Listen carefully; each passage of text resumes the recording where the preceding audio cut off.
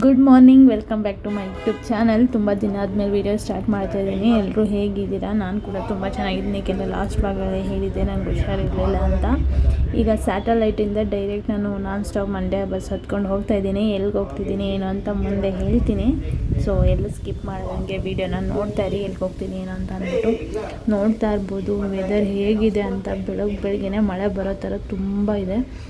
ಮಳೆಗೆ ಎಲ್ಲಿ ಸಿಗಾಕೊಳ್ತೀನಿ ಅಂತ ಗೊತ್ತಿಲ್ಲ. ಏಕೆಂದರೆ ನಾವು ಮಂಡ್ಯದಿಂದ ಬೈಕಲ್ಲಿ ಹೋಗಬೇಕು ಅಂತ ಅಂದ್ಕೊಂಡಿರೋದು. ನನ್ನ ಫ್ರೆಂಡ್ ಆಲ್ರೆಡಿ ಬಂದು ವೆಯ್ಟ್ ಮಾಡ್ತಾಯಿದ್ದೀನಿ. ವೆದರ್ ನೋಡ್ತಾ ಇರ್ಬೋದು, ಆಸಮ್ ಆಗಿದೆ. ಹಾಗೆ ಕೂಡ ಮಳೆ ಬರ್ತಾಯಿದ್ರೆ ಸಾಕು ಅಂತ ದೇವರ ಹತ್ರ ಬೇಡ್ಕೊಳ್ತಾ ಇದ್ದೀನಿ. ಫೈನಲಿ ಮಂಡ್ಯಕ್ಕೆ ಬಂದೆ. ಮಂಡ್ಯಕ್ಕೆ ಬಂದ ತಕ್ಷಣ ಗೊತ್ತಲ್ಲ, ಅಂಬರೀಷ್ ಅಣ್ಣ ಅವ್ರು ನನ್ನ ಪ್ಯಾಗೆ ಹಾಕ್ತಾರೆ, ಮಂಡ್ಯದ ಗಂಡು ಅಂತ. ಅಂಬರೀಷ್ ಅಣ್ಣ ಅವ್ರನ್ನ ನೆನೆಸ್ಕೊಂಡು ಇವಾಗ ಮಂಡ್ಯದ ಬಸ್ ಸ್ಟಾಪ್ ಹತ್ರ ಹೋಗಬೇಕು. ಆಗಲೇ ಇರೋದು ನನ್ನ ಫ್ರೆಂಡ್ ಬಂದು ಆಗಲೇ ತುಂಬ ಹೊತ್ತಾಗಿದೆ, ವೆಯ್ಟ್ ಮಾಡ್ತಾಯಿದ್ದಾನೆ. ಫೈನಲಿ ಮಂಡ್ಯಕ್ಕೆ ಬಂದೆ. ಯಾರಾದರೂ ಇಲ್ಲಿಂದ ವೀಡಿಯೋಸ್ ನೋಡ್ತಾಯಿದ್ರೆ ಅವರೆಲ್ಲ ಹಾಯ್ ಅಂತ ಕಮೆಂಟ್ ಮಾಡಿ, ಮತ್ತು ಹೇಗಿದ್ದೀರಾ ಅಂತ ಕೂಡ ಕಮೆಂಟ್ ಮಾಡಿ. ಇವಾಗ ಅವನ್ನ ಹುಡುಕ್ತಾ ಇದ್ದೀನಿ, ಎಲ್ಲಿದ್ದಾನೆ ಏನು ಅಂತ ಅಂದ್ಬಿಟ್ಟು. ಕಾಲ್ ಮಾಡಿದ್ರೆ ಆ ಸೈಡ್ ಇದ್ದೀನಿ, ಈ ಸೈಡ್ ಇದ್ದೀನಿ ಅಂತ ಇದ್ದಾನೆ. ಆದರೆ ನೋಡಿದ್ರೆ ಎಲ್ಲೋ ಕಾಣಿಸ್ತಾ ಇಲ್ಲ. ಫೈನಲಿ ಬರ್ತಾ ಇದ್ದಾನೆ. ಕ್ಯಾಮ್ರಾ ಏನಾದರೂ ಹಿಡಿದ್ರೆ ಸಾಕು, ಹುಡುಗಿರ್ ಥರ ನಗಾಡ್ಕೊಂಡು ನಾಚ್ಕೊಂಡು ನೀರಾಗಿ ಬರ್ತಾನೆ. ಅವಾಗವಾಗ ಅವ್ರನ್ನ ಗಂಡ್ಸು ಅನ್ಕೊಳ್ಳೋದೆ ನಾವು ತಪ್ಪು. ಒಳ್ಳೆ ಹುಡುಗಿರ್ ಥರ ಆಡ್ತಾರೆ ನೋಡಿ. ಗಾಡಿ ಮೇಲೆ ಇನ್ಸ್ಟಾ ಐಡಿ ಹಾಕೊಂಡವ್ರೆ. ಯಾಕೆ ಅಂತ ಕೇಳಿದ್ರೆ ಹುಡುಗಿರ್ ನೋಡಲಿ ಅಂತ. ಆಮೇಲೆ ಇಲ್ಲ, ಸುಮ್ಮನೆ ನನ್ನ ಕ್ರೇಜಿಗೆ ಹಾಕ್ಸ್ಕೊಂಡಿದ್ದೀನಿ ಅಂತ ಹೇಳ್ದ. ಅವನು ಇಷ್ಟ, ಅವ್ನ ಗಾಡಿ ಹಿಂಗಾದ್ರೂ ಹಾಕ್ಸ್ಕೊಳ್ಳಿ ಅಂತ ಅಂದ್ಬಿಟ್ಟು. ಸೊ ಇವಾಗ ಇಲ್ಲಿ ಬಸ್ ಸ್ಟ್ಯಾಂಡಿಂದ ಹೊರಡ್ತಾ ಇದ್ದೀವಿ. ಎಲ್ಲಿಗೆ ಏನು ಅಂತ ತುಂಬ ಜನ ಕ್ಯೂರಿಯಾಸಿಟಿಯಿಂದ ಕಾಯ್ತಿರ್ತೀರ. ಹೇಳಿಬಿಡ್ತೀನಿ. ಇವಾಗ ನಾವು ಹೋಗ್ತಾ ಇರೋದು ಗೌಡ್ಗೆರೆಗೆ. ಈ ರೋಡ್ ನೋಡ್ತಾ ಇದ್ರೆ ನನಗೆ ಒಂಥರ ಬೆಂಗಳೂರೇ ನೆನಪಾಗ್ತಿದೆ. ರೋಡ್ ಮಾತ್ರ ಚಿಂದಿಯಾಗಿದೆ. ಇಲ್ಲಿಂದ ಸ್ಟ್ರೈಟ್ ರೋಡ್ ಹೋಗ್ಬಿಟ್ಟು ಅಲ್ಲಿ ಒಂದು ಕ್ರಾಸ್ ಇದೆ, ಅಲ್ಲಿ ತೊಗೋಬೇಕು. ಅಲ್ಲಿಂದ ಸ್ಟ್ರೈಟ್ ಬಂದು ಇಲ್ಲಿ ರೈಟ್ ಸೈಡಿಗೆ ಒಂದು ರೋಡ್ ಇದೆ ಗೌಡ್ಗೆರೆ ಅಂತ. ಯಾರು ಕೇಳಿದ್ರೆ ಅವರೇ ಹೇಳ್ತಾರೆ. ಅಲ್ಲೇ ಬೋರ್ಡ್ ಕೂಡ ಹಾಕಿದ್ದಾರೆ ದೊಡ್ಡದಾಗಿ. ಬರ್ಬೋದು. ನೋಡಿದ್ರೆ ಬಿಸಿಲು ಮಳೆ ಎಲ್ಲ ಒಟ್ಟೊಟ್ಟಿಗೆ ಬರ್ತಾಯಿದೆ. ಏನೋ ಒಂಥರ ಶುಭ ಸೂಚನೆ ಅಂತ ಅನಿಸುತ್ತೆ. ನೋಡೋಣ. ತುಂಬ ದಿನದಿಂದ ಅನ್ಕೋತಾ ಇದ್ದೆ, ಇನ್ಸ್ಟಾದಲ್ಲಿ ಏನಾದರೂ ವೀಡಿಯೋ ನೋಡ್ತಾ ಇದ್ದರೆ ಹೋಗಬೇಕು ಅಂತ ಹೇಳ್ತಿದ್ದೆ. ಈ ವಾರ ಹೋಗೋಣ, ಮುಂದಿನ ವಾರ ಹೋಗೋಣ ಅಂತ ನೋಡಿದ್ರೆ ಹೋಗೋಕ್ಕೆ ಆಗ್ತಿರ್ಲಿಲ್ಲ. ಅದೇನೋ ಹೇಳ್ತಾರಲ್ಲ, ದೇವರು ನಮ್ಮನ್ನು ಯಾವಾಗ ಕರೆಸ್ಕೋಬೇಕು ಅಂತ ಅವ್ರಿಗೆ ಅನಿಸುತ್ತೋ ಆವಾಗಲೇ ನಾವು ಹೋಗೋಕ್ಕಾಗೋದು. ಎಷ್ಟೇ ಸಲ ಆದರೂ ಅಷ್ಟೇ, ಎಷ್ಟೇ ಫ್ರೀ ಇದ್ದರೂ ಅಷ್ಟೇ. ಅಂತೂ ಇಂತೂ ಬಂದ್ವಿ. ಅಲ್ಲಿ ಹಾಕಿದ್ದಾರೆ ದೇವಸ್ಥಾನಕ್ಕೆ ದಾರಿ ಅಂತ. ನೋಡ್ತಾ ಇರ್ಬೋದು. ಇಲ್ಲಿ ಮಣ್ಣು ರೋಡ್ ಇದೆ, ಇನ್ನೂ ರೋಡ್ ಏನೂ ಹತ್ತು ಮಾಡಿಲ್ಲ. ಆವಾಗೆಲ್ಲ ಟೈಮಿಂಗ್ಸ್ ಬಸ್ ಇರ್ತಿತ್ತು. ನಾನು ಬಸ್ಗಳಷ್ಟು ಓಡಾಡಲ್ಲ ಅಂದ್ಕೊಂಡಿದ್ದೆ. ಇಲ್ಲಿ ಬಂದು ನೋಡಿದ್ಮೇಲೆ ಗೊತ್ತಾಯಿತು ಎಷ್ಟೊಂದು ಬಸ್ ಬರ್ತಿದೆ, ಓಡಾಡ್ತಿದೆ ಇಲ್ಲಿ ಅಂತ. ಹಾಗೆ ತುಂಬ ಗಾಡಿ ಪಾರ್ಕಿಂಗ್ ಕೂಡ ಮಾಡಿದ್ದಾರೆ. ಫಸ್ಟು ಚೇತು ಹೇಳ್ತಿದ್ದೆ, ನಾನು ಬಂದಾಗ ಇಷ್ಟೊಂದು ಪಾರ್ಕಿಂಗ್ ಏರಿಯಾ ಇರಲಿಲ್ಲ, ಇವಾಗ ನೋಡು ಜಾಸ್ತಿ ಮಾಡಿದ್ದಾರೆ ಅಂತ. ಸರಿ, ಮುಂದೆ ಹೋಗಿ ಪಾರ್ಕಿಂಗ್ ಮಾಡೋಣ ಅಂತ ಅಂದ್ಬಿಟ್ಟು ಮುಂದೆನೇ ಬಂದು ಪಾರ್ಕಿಂಗ್ ಮಾಡಿದ್ವಿ. ಏಕೆಂದರೆ ಮುಂದೆ ಅಲ್ಲಿಂದಲೇ ಕಾಣಿಸ್ತಾ ಇತ್ತು ಮುಂದೇನೋ ಪಾರ್ಕಿಂಗ್ ಇದೆ ಅಂತ. ಹಾಗಾಗಿ ಇಲ್ಲಿ ಬಂದು ಪಾರ್ಕಿಂಗ್ ಮಾಡ್ತಿದ್ವಿ. ನೋಡೋಣ, ಇಲ್ಲಿಂದ ಮುಂದೆ ಹೋಗೋಣ ಹೇಗಿದೆಯೋ ಅಂತ ತೋರಿಸ್ತೀನಿ ನಿಮಗೂ. ಯಾಕೆಂದರೆ ನೀವು ಎಷ್ಟೋ ಜನ ನೋಡಿರಲ್ಲ, ಹೆಂಗೆ ಬರಬೇಕಂತ ಗೊತ್ತಿರಲ್ವ. ಹಾಗಾಗಿ ಹೇಳ್ತಾಯಿದ್ದೀನಿ. ನೀವು ಚನ್ನಪಟ್ಟಣದಿಂದನೂ ಬರ್ಬೋದು, ಬೆಂಗಳೂರವ್ರಿಗೆ ಹತ್ರ ಆಗುತ್ತೆ. ಇಲ್ಲ ಮೈಸೂರು ಮಂಡ್ಯದವ್ರು ಬರ್ತೀನಿ ಅಂದರೆ ಮಧುರಿಂದ ಕೂಡ ಬಂದು ಇಲ್ಲಿ ಬರ್ಬೋದು. ಈಗ ನಾನು ಚೇತು ಇಬ್ಬರು ಹೋಗ್ತಾಯಿದ್ದೀವಿ. ನೋಡ್ತಾ ಇರ್ಬೋದು, ಮಳೆ ಕೂಡ ಆಗಲೇ ಬಂದಿದೆ, ಸ್ಟಾರ್ಟ್ ಆಗಿದೆ ಉದ್ರು. ಹಾಗೆ ಏನು ತುಂಬ ಗಟ್ಟಿಯಾಗಿ ಏನು ಮಳೆ ಬರ್ತಾಯಿಲ್ಲ. ಹೊರಗಡೆನೇ ತುಂಬ ಇಷ್ಟೊಂದು ಜನ ನೋಡಿದ್ದಾರೆ. ಒಳಗಡೆ ಎಷ್ಟೊಂದು ಜನ ಇದ್ದಾರೋ ಗೊತ್ತಿಲ್ಲ, ಎಷ್ಟೊತ್ತಾಗುತ್ತೆ ಅಂತ. ಆಲ್ರೆಡಿ ಬಂದಿರೋದೇ ಲೇಟಾಗಿದೆ. ನಾವು ನೋಡೋಣ, ಮುಂದೆ ಹೋಗೋಣ. ನಿಮಗೂ ದೇವಸ್ಥಾನ ತೋರಿಸ್ತೀನಿ, ಹೇಗಿದೆ, ಯಾವ ಥರ ಇದೆ, ಯಾವ ಥರ ಏನೇನು ಇರುತ್ತೆ ಅಂತ. ಏಕೆಂದರೆ ನನಗೂ ಗೊತ್ತಿಲ್ಲ. ಇದು ನಾನು ಮೊದಲನೇ ಸಲ ಬಂದಿರೋದು. ಇಲ್ಲಿ ಸ್ಲಿಪ್ಪರ್ ಬಿಡೋಣ ಬಾರೋ ಅಂತ ಅಂದರೆ ಬೇಡ ಬಾ ಅಂತ ಹೇಳ್ಬಿಟ್ಟು ಈ ಕಡೆ ಯಾವುದೋ ಸಂಧಿ ರೋಡಲ್ಲಿ ಸ್ಲಿಪ್ಪರ್ ಬಿಡಿಸ್ಬಿಟ್ಟು ಕರ್ಕೊಂಡು ಹೋಗ್ತಿದ್ದಾನೆ. ಯಾಕೋ ಯಾರಾದರೂ ಸ್ಲಿಪ್ಪರ್ ತೊಗೊಂಡೋದ್ರೆ ಏನೋ ಮಾಡೋದು ಅಂತ ಅಂದರೆ, ತೊಗೊಂಡೋದ್ರೆ ಹೋಗ್ಲಿ ಬಿಡು, ನಮ್ಮ ಪಾಪ ಕರ್ಮ ಎಲ್ಲ ತೊಳೆದೋಗುತ್ತೆ ಅಂತ ಏನೋ ಹೇಳ್ದ. ಏನೋ ಗೊತ್ತಿಲ್ಲ, ಆ ಥರ ಹೇಳ್ತಾರಂತೆ ದೊಡ್ಡವರು. ನನಗೆ ಅಷ್ಟು ಗೊತ್ತಿಲ್ಲ ಅದ್ರ ಬಗ್ಗೆ. ಇವಾಗ ಇದು ನೋಡ್ತಿದ್ರಲ್ಲ, ಇದು ದೇವಸ್ಥಾನ. ಆಗಲೇ ಕ್ಯೂ ಅಲ್ಲಿ ಮೆಟ್ಲು ಹತ್ಕೊಂಡು ನಡ್ಕೊಂಡು ಹೋಗ್ತಿದ್ದಾರೆ. ಕೈ ಕಾಲು ತೊಳೆಯೋಕ್ಕೂ ಇಷ್ಟೊಂದು ರಶ್ ಇದ್ದಾರೆ. ಈಗ ಕೈ ಕಾಲು ತೊಳ್ಕೊಂಡು ಒಳಗಡೆ ದೇವಸ್ಥಾನದೊಳಗಡೆ ಎಂಟ್ರಿ ಕೂಡ ನೋಡಿ. ಇವಾಗ ಹೇಳಿದ್ನಲ್ಲ ಕ್ಯೂ ಅಲ್ಲಿ ಹೋಗ್ತಾ ಇದ್ದಾರೆ ಅಂತ. ದೇವಸ್ಥಾನದೊಳಗಡೆ ಬಂದು ನನಗೆ ಇನ್ನೂ ದೇವಸ್ಥಾನಕ್ಕೆ ಹೆಜ್ಜೆ ಇಟ್ಟ ತಕ್ಷಣ ದೇವ್ರು ನೋಡಿದ್ರೆ ಒಂಥರ ಮೈಯೆಲ್ಲ ರೋಮಾಂಚನ ಆಗ್ತಿದೆ.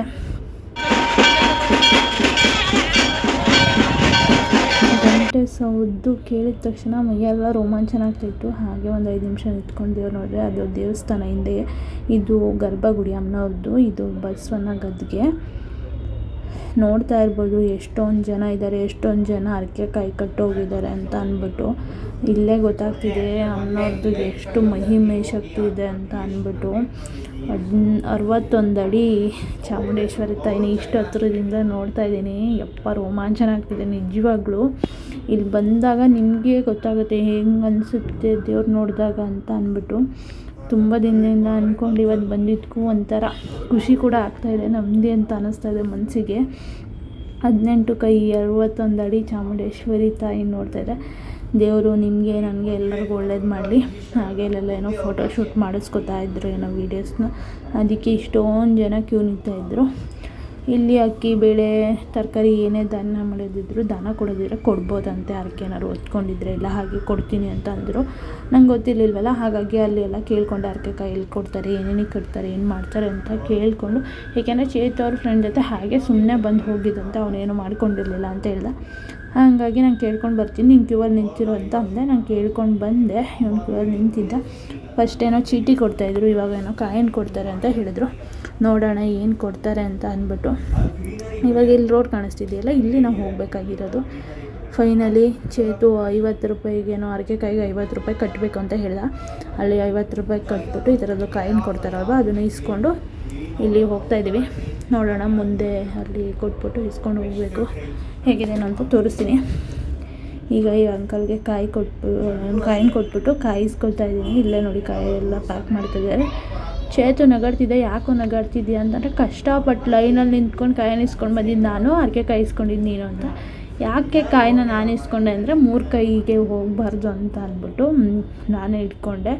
ನೋಡಿ ಹರಕೆ ಕಾಯಿನ ಇಸ್ಕೊಂಡಿದ್ದೀನಿ. ಈಗ ದೇವ್ರ ಹತ್ರ ಹೋಗಿ ಅದನ್ನು ಲೈನಲ್ಲಿ ದೇವ್ರ ಹತ್ರ ಇಟ್ಟು ಪೂಜೆ ಮಾಡಿಸ್ಕೊಂಡು ಬರಬೇಕು ಅಂತ ಹೇಳಿದ್ದಾರೆ. ಸೊ ಹೋಗೋಣ ಬನ್ನಿ. ಇದು ಉಪ್ಪಿನ ಹರಕೆ ಏನಕ್ಕೆ ಮಾಡ್ತಿದ್ದಾರೆ ಅಂತ ಅಂದರೆ ಅದ್ರ ಬಗ್ಗೆ ನಾನು ನಿಮಗೂ ಹೇಳ್ತೀನಿ. ಏಕೆಂದರೆ ನೆಕ್ಸ್ಟ್ ಟೈಮ್ ಬಂದಾಗ ನಿಮಗೆ ಯೂಸ್ಫುಲ್ ಆಗ್ಬೋದು. ಯಾಕೆ ಅಂತ ಅಂದರೆ ನಮ್ಮಲ್ಲಿ ಏನೇ ಕಷ್ಟಗಳಿರ್ಬೋದು, ಸಮಸ್ಯೆಗಳು ಇಲ್ಲ ಏನಾದರೂ ಕಾಡ್ತಾಯಿದ್ರೆ ನಿಮಗೆ ಬಂದು ದೇವ್ರ ಹತ್ರ ಭಕ್ತಿಯಿಂದ ಬೇಡ್ಕೊಂಡು ದೇವ್ರ ಮುಂದೆ ಉಪ್ಪಿಸಿದ್ದು ಪೂಜೆ ಮಾಡಿ ಹೋದರೆ ಉಪ್ಪು ಎಷ್ಟು ಬೇಗ ಕರಗುತ್ತೋ ಅಷ್ಟು ಬೇಗ ನಮ್ಮ ಕಷ್ಟಗಳು ಕರಗುತ್ತೆ ಅಂತ ಹೇಳಿದರು. ಸೊ ಯಾರಾದರೂ ಬಂದು ನಿಮಗೆ ಸಮಸ್ಯೆಗಳಿದ್ದರೆ ಮಾಡ್ಬೋದು. ಇಲ್ಲಿ ಬೇರೆ ಬೇರೆ ಥರ ಯಾವುದೂ ಇಲ್ಲ. ಇದು ಮೆಣ್ಸಿನ್ಕಾಯ್ದು ಅದು ಇದು ಎಲ್ಲ, ಬರೀ ಒಂದು ತೆಂಗಿನಕಾಯಿ ಹರಕೆ, ಒಂದು ಉಪ್ಪಿನ ಹರಕೆ, ಅದು ಬಿಟ್ಟರೆ ನಿಮಗೆ ಅಕ್ಕಿ ದಾನ ಆ ಥರದ್ದೆಲ್ಲ ಕೊಡೋದಿರುತ್ತೆ. ಸುತ್ತ ವಿಷ್ಣು ಹಿಂದೂ ರೂಪದ್ದು ಅದು ಮಾಡಿಟ್ಟಿದ್ದಾರೆ ವಿಗ್ರಹಗಳನ್ನ, ಅದನ್ನು ನೋಡ್ಬೋದು. ತುಂಬ ರಶ್ ಇತ್ತು. ಹೀಗೆ ಕ್ಯೂ ನಿಂತ್ಕೊಂಡು ಹೋಗಬೇಕು. ಮುಂದೆ ಹೋದ್ಮೇಲೆ ವೀಡಿಯೋ ಫೋಟೋಸ್ ಏನೂ ಮಾಡೋಂಗಿಲ್ಲ ಅಂತ ಹೇಳಿದ್ರು. ಹಾಗಾಗಿ ನಾನು ಏನೂ ಮಾಡೋಕ್ಕೆ ಹೋಗಿಲ್ಲ. ಅದಾದಮೇಲೆ ನಾನು ಏನು ಹರಕೆ ಕಾಯಿ ತೊಗೊಂಡಿದ್ದೆ ಅದನ್ನು ನಾನು ಪುರೋಹಿತರಿಗೆ ಕೊಟ್ಟರೆ ಅವರು ದೇವ್ರ ಹತ್ರ ಇಟ್ಟು ಪೂಜೆ ಮಾಡಿ ಕೊಡ್ತಾರೆ. ಕೆಲವೊಂದು ಸಲ ನೂಲ್ಸಿ ಕೂಡ ಕೊಡ್ತಾರಂತೆ. ಅದನ್ನು ನಾವು ಹೇಗೆ ಮಾಡ್ತೀವಿ ಅದ್ರ ಮೇಲೆ ಡಿಪೆಂಡ್ ಆಗುತ್ತೆ. ಸೊ ನಾವು ಹರಕೆ ಕಾಯಿ ತೊಗೊಂಡೋದ್ರಿಂದ ಅಲ್ಲಿ ಪೂಜೆ ಮಾಡಿ ಕೊಟ್ಟರು. ಅದನ್ನು ಇವಾಗ ಇಸ್ಕೊಂಡು ದೇವ್ರ ಹತ್ರ ಒಳ್ಳೇದಾಗಲಿ ಅಂತ ಹೇಳ್ಕೊಂಡು ಬರ್ತಾಯಿದ್ದೀನಿ. ಸೊ ನಾನು ದೇವಸ್ಥಾನಕ್ಕೆ ಹೋಗಿದ್ದೆ, ಹಾಗಾಗಿ ಚೇತು ವೀಡಿಯೋಸ್ ಮಾಡ್ತಾಯಿದ್ದ. ಹಾಗಾಗಿ ಇಲ್ಲಿಂದ ಬಂದಮೇಲೆ ಅಮ್ಮನವ್ರಿಗೆ ಏನು ಅಭಿಷೇಕ ಮಾಡ್ತಾರೆ ನೀರಿಂದ, ಆ ನೀರಲ್ಲಿ ಬಂದು ಬಸವನ ಗದ್ಗೆಯಲ್ಲಿ ಹಾಕ್ಕೊಡ್ತಾರೆ. ತಲೆ ಮೇಲೆ ಯಾರಾದರೂ ಇರ್ಬೋದು. ಇದು ಅಮ್ಮನವರ ಸನ್ನಿಧಿ ಚಾಮುಂಡೇಶ್ವರಿ ತಾಯಿದು. ದೇವಸ್ಥಾನದೊಳಗಡೆ ಏನು ವೀಡಿಯೋ ಎಲ್ಲ ಅಲ್ಲೇ ಹಾಕಿದ್ದಾರೆ. ಏನು ವೀಡಿಯೋಸ್ಗಳೇನು ಮಾಡೋಂಗಿಲ್ಲ ಅಂತ ಅಂದ್ಬಿಟ್ಟು, ಹಾಗಾಗಿ ನಾವು ಅಷ್ಟು ಮಾಡಲಿಲ್ಲ. ದೇವ್ರ ಹತ್ರ ಬೇಡಿಕೊಂಡು ನಮ್ಮ ಮನಸ್ಸಲ್ಲಿ ಏನಿದೆ ಅದು ಒಳ್ಳೆಯದಾಗಲಿ ಅಂತ ಬೇಡಿಕೊಂಡು, ಕಾಯಿಗೆ ಶಕ್ತಿ ತುಂಬಿರುತ್ತಂತೆ ಹರಕೆ ಕಾಯಿಗೆ. ಅದನ್ನು ಬೇಡಿಕೊಂಡು ನೀವು 3 ಸುತ್ತು ಇಲ್ಲ 5 ಸುತ್ತು ಇಲ್ಲ 7 ಸುತ್ತು ಅಂದರೆ ನಿಮಗೆ ಎಷ್ಟು ವಾರ ಬರೋಕ್ಕಾಗುತ್ತೆ ಆ ಥರ ನೀವು ಬೇಡಿಕೊಂಡು ಇಲ್ಲಿ ಸುತ್ತು ಹಾಕಿ ಅದನ್ನು ಆದಮೇಲೆ ನಾವು ತೊಗೊಂಡೋಗಿ ದೇವ್ರ ಹತ್ರ ಅಮ್ಮನವ್ರ ಹತ್ರ ಮತ್ತೆ ಬೇಕಾದ್ರೆ ಪೂಜೆ ಮಾಡಿಸ್ತೀನಿ ಅಂತ ಮಾಡಿಸ್ಕೊಂಡು ಹೋಗಿ ಇಲ್ಲಿ ಬಸವಣ್ಣನ ಗದ್ಗೆ ಏನಿದೆ ಅದ್ರ ಮುಂದೆ ನಿಮಗೆ ತುಂಬ ಜಾಗ ಇದೆ, ಅಲ್ಲಿ ಹೋಗಿ ಕಟ್ಟಬೇಕು ಅಂತ ಹೇಳಿದ್ರು. ಹಾಗಾಗಿ ಇಲ್ಲಿ ನೋಡಿ ತುಂಬ ಜನ ಸ್ನಾನ ಮಾಡಿಸ್ಕೊತಿದ್ದಾರೆ. ಅಲ್ಲಿ ಹೋಗಿ ಅಮ್ಮನವ್ರ ತಾಯಿ ದೇವಸ್ಥಾನ ಇದೆಯಲ್ಲ, ಅಲ್ಲಿ ಹೋಗಿ ಪೂಜೆ ಮಾಡಿಸ್ಕೊಂಡು ಬಂದ್ವಿ. ಅಲ್ಲಿ ವೀಡಿಯೋ ಏನೂ ಮಾಡೋಂಗಿರಲಿಲ್ಲ. ಇವಾಗ ದೇವ್ರ ಹತ್ರ ಬೇಡಿಕೊಂಡು ಇವಾಗ ಹೋಗಿ ಕಟ್ಟೋಣ ಬನ್ನಿ. ಅದು ಮುಂದೆ ಹೇಳಿದ ನಾನು ಜಾಗ ಇದೆ ಅಂತ ಅಂದ್ಬಿಟ್ಟು ನೋಡಿ, ಇಲ್ಲಿ ತುಂಬ ಜನ ತೆಂಗಿನಕಾಯಿ ಆಲ್ರೆಡಿ ಹರಕೆ ಕಾಯಿ ಕಟ್ಟಿದ್ದಾರೆ. ನಾನು ಕಟ್ಕೊಂಡೆ, ಮನಸ್ಸಲ್ಲಿ ಒಳ್ಳೇದಾಗಲಿ ಅಂತ ಅಂದ್ಬಿಟ್ಟು ಬೇಡಿಕೊಂಡು ಇವಾಗ ಇಲ್ಲಿಂದ ಹೊರಟ್ವಿ. ಬೆಳಗ್ಗೆಯಿಂದ ನೀರು ಏನೂ ಕುಡ್ದಿರಲಿಲ್ಲ. ನಾವು ಹಂಗೆ ಹಸ್ಕೊಂಡು ಬಂದಿದ್ವಿ. ಚೇತು ಏನು ತಿಂದಿರಲಿಲ್ಲ ಅಂತೆ. ದಾರಿಲಿ ನೇರಳೆಣ್ಣಿಸಿಟ್ಟು ಇದೆಲ್ಲ ಹೇಳೋದು ಅಮ್ಮನವರ ಮಹಿಮೆ ಅಂತ, ಪ್ರಸಾದ ಅಂತಲೇ ಅನ್ಕೋಬೋದು. ಬೆಳಗ್ಗೆಯಿಂದ ನಾನು ಲಿಟ್ರಲಿ ಒಂದು ನೀರು ಬಿಟ್ಟು ಏನೂ ಕುಡ್ದಿರಲಿಲ್ಲ, ಏನೂ ತಿಂದೂ ಇರಲಿಲ್ಲ.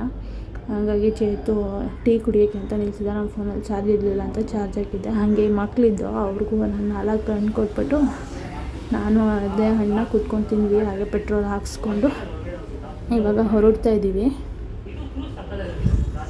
ಇವಾಗ ನಾವು ಬಂದಿದ್ದು ಶ್ರೀರಂಗಪಟ್ಟಣಕ್ಕೆ. ಯಾಕೆಂದರೆ ನನ್ನ ಬೆಸ್ಟ್ ಫ್ರೆಂಡ್ನ ಮೀಟ್ ಮಾಡಬೇಕಾಯ್ತು. ಲಾಸ್ಟ್ ಟೈಮ್ ನಾನು ಬಂದಾಗ ಅವನಿಗೆ ಮೀಟ್ ಮಾಡೋಕ್ಕೆ ಆಗಿರಲಿಲ್ಲ. ಸಿಗ್ತೀನಿ ಅಂತ ಹೇಳಿಬಿಟ್ಟು ನನಗೆ ಟೈಮ್ ಆಗಿರಲಿಲ್ಲ, ಬರೋ ಅಷ್ಟೊತ್ತಿಗೆ ಟೈಮ್ ಆಗೋಗ್ಬಿಟ್ಟಿತ್ತು. ಹಾಗಾಗಿ ಅವ್ನು ನನ್ನ ಜೊತೆ ಮಾತಾಡೋದು ಬಿಟ್ಟಿದ್ದ, ಬಂದಿರಲಿಲ್ಲ. ಇಷ್ಟು ದೂರ ಬಂದು ಮಾತಾಡ್ಸ್ಕೊಂಡು ಹೋಗಿಲ್ಲ ಅಂತ ಏಕೆಂದರೆ ನಾನು ಮೈಸೂರಿಗೆ ಬರೋದೇ ಒಂದೊಂದ್ಸಲ ಅಪರೂಪ ಬರೋದು. ಬಂದ್ರೂ ಅಲ್ಲಿ ಇಲ್ಲಿ ಕೆಲಸನೇ ಆಗೋಗ್ಬಿಡುತ್ತೆ. ಹಾಗಾಗಿ ಬಂದಾಗೆಲ್ಲ ಮೀಟ್ ಮಾಡ್ತಾಯಿದ್ದೆ. ಲಾಸ್ಟ್ ಟೈಮ್ ನಾನು ಬಂದಾಗ ಮೀಟ್ ಮಾಡೋಕ್ಕಾಗಿರಲಿಲ್ಲ. ಹಾಗಾಗಿ ಹೋಗ್ತಾಯಿದ್ದೀನಿ ಮೀಟ್ ಮಾಡೋಣ ಅಂತ. 5 ನಿಮಿಷಕ್ಕೆ ಬರ್ತೀನಿ ಅಂತ ಅರ್ಧ ಗಂಟೆ ಕಾಯ್ಸೋಣ ಗೈಸ್. ಎಂಥ ಫ್ರೆಂಡ್ಸ್ಗಳು, ಇಂಥ ಜನ ಎಲ್ಲಿ ಸಿಗ್ತಾರೆ ಹೇಳಿ. ಅದಕ್ಕೆ ಊಟ ಕೊಡಿಸೋ, ನಂಗೆ ಗೊತ್ತಿರೋ ಹೊಟ್ಟೆ ಹಸಿತಿದೆ ಅಂತ ಅಂದ್ಬಿಟ್ಟು ಊಟಕ್ಕೆ ಅಂತ ಕರ್ಕೊಂಡು ಹೋದ್ವಿ.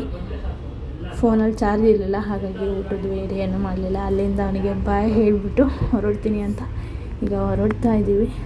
ಇಲ್ಲಿ ನೋಡಿ, ಹನುಮಂತನ ಬಾಲ ಥರ ಉದ್ದಕ್ಕೂ ಟ್ರಾಫಿಕ್ಕು. ಬೆಂಗಳೂರಲ್ಲಿ ಅಷ್ಟು ಟ್ರಾಫಿಕ್ ಇರುತ್ತೆ ಅಂತ ಅಂದ್ಕೊಂಡಿದ್ದೆ. ಇವಾಗಂತೂ ಮೈಸೂರು ಬೆಂಗಳೂರಿಗೆ ಕನ್ವರ್ಟ್ ಆಗ್ತಿದೆ, ಅಷ್ಟು ಟ್ರಾಫಿಕ್ಕು. ಯಪ್ಪ, ಅಲ್ಲಿಂದ ಇಲ್ಲಿ ತನಕ ಟ್ರಾಫಿಕ್ ಇದೆ. 4 ರೋಡಲ್ಲೂ ಅಷ್ಟೇ ತುಂಬ ವೆಹಿಕಲ್ ನಿಂತಿದ್ದಾವೆ.